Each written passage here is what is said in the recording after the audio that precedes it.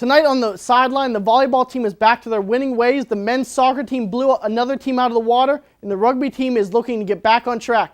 All that and more as we head on down to the Pioneer sideline.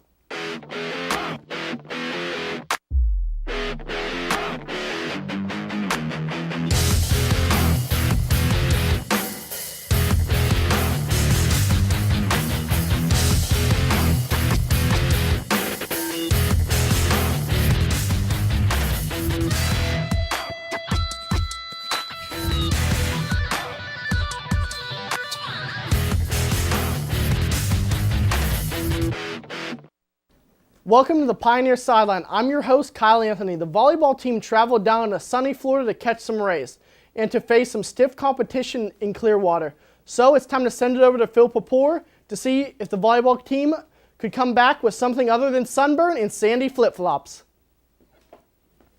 Thanks, Kyle. It was quite the weekend for the Point Park volleyball team. The Lady Pioneers traveled all the way down to Florida to participate in the Clearwater Christian Invitational Tournament.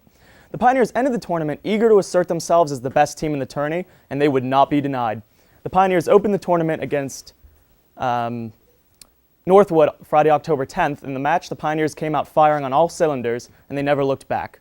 The Pioneers swept Northwood 3-0, though the Pioneers had to earn the win in the final set. In the third set, the Pioneers were pushed to the limit, but managed to hold on in a wild 36-34 set. In the next match of the day, the Pioneers faced off against Florida College. This match was much more competitive and went into 5 sets. The Pioneers managed to win the first set, but they went on to lose the next 2. With their backs to the wall, the Pioneers fought back and won the final 2 sets to take the match. The official scoreline was 25-14, 17-25, 22-25, 25-12, and 20-18. Sweeping the Friday doubleheader was a huge momentum boost for the Point Park side, and they were able to take the good vibes into the doubleheader Saturday. On Saturday, the Pioneers faced the host team, Clearwater Christian.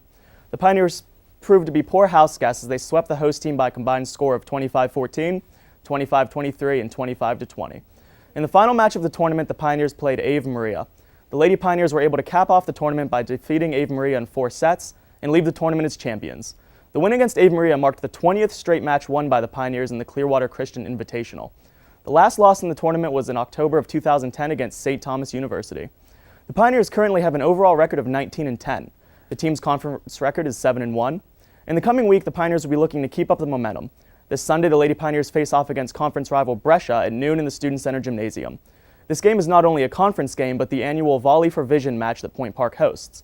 In this match, you can make a contribution for every successful dig Point Park executes in the match, or you can make a flat donation. In the past, this match has raised as much as $6,000 for the Team Cassie Fund. Brescia is coming into the match with a conference record of 0-5.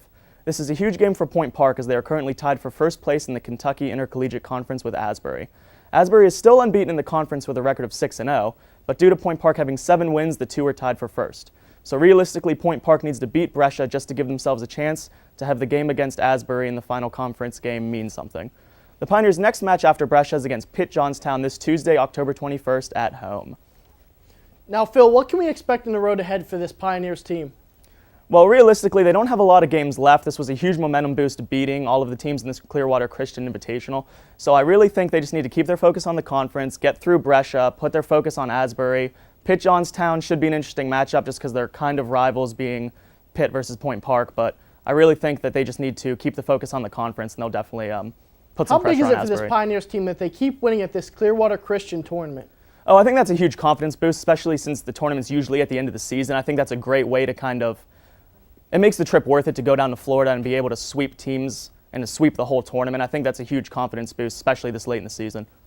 Now, how big is all these wins going into the conference play? Because it's the end part of conference play. Then after that, it's to the conference tournament, which we're hosting here at Point Park.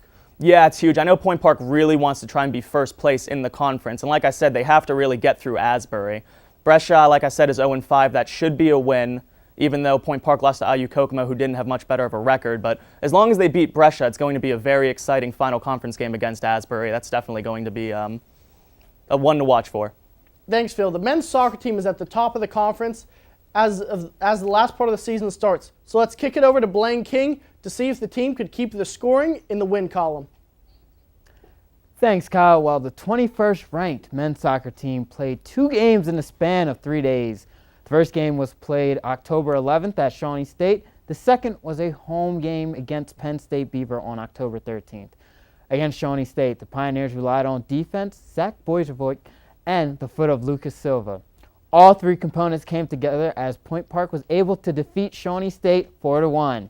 Better get your hat ready, Kyle, because Lucas Silva did not only have one goal, not two goals, but he had 3 total goals on the day, giving him a hat trick. Boyzervoik had a total of 5 saves against Penn State Beaver, and the defense played shutdown defense. The Pioneers now relied on offense as they hit the jackpot by doing that against Penn State Beaver. The score was 3-0 at the end of the first half in favor of Point Park, but when the second half started, the ball seemed like it was always ended up in the back of Penn State's Beavers' net. Point Park scored 7 goals total in the second half behind a stingy defense. Point Park cruised to a 10-0 victory. Paul Carr led the way with a team-high 3 goals, another hat trick for the Pioneers.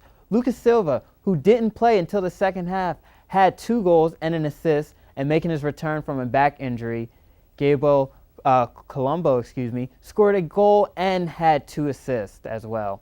The Pioneers now stand 8-2 on the season with a 2-0 record in the KIAC. They currently rank number 21 in the NAIA and look for them to move up at least a slot. 6 games remain left on the schedule for the men's soccer team, 5 of which are on the road, which probably doesn't matter because the Pioneers have a 4-0 record away anyway. Now, Blaine, what can we expect in the road ahead for this Pioneers team? Well, scoring 10 goals in a game is something unbelievable. This team their recipe for winning games seems to just be scoring goals, so I expect more high-scoring games for them. Now, how big is the blowout win for the Pioneers? I mean, scoring 10 goals on a Penn State Beaver team that has a pretty good record. It's really huge, especially when 7 of those goals came in the second half when you put in Lucas Silva, your main goal scorer. That's huge for them. Scoring 10 goals is real huge, and I expect them to continue to start outpouring on some opponents. Now, how big is the goaltending play? Because the Pioneers at this end part of the season are playing both goalies right now. It's big. Point Park knows they have 2 good goalies, and by them scoring a whole bunch of goals, who's in net really doesn't matter because it's hard for teams to come back from deficits like 3-0 in the first half or 3-1 in the first half.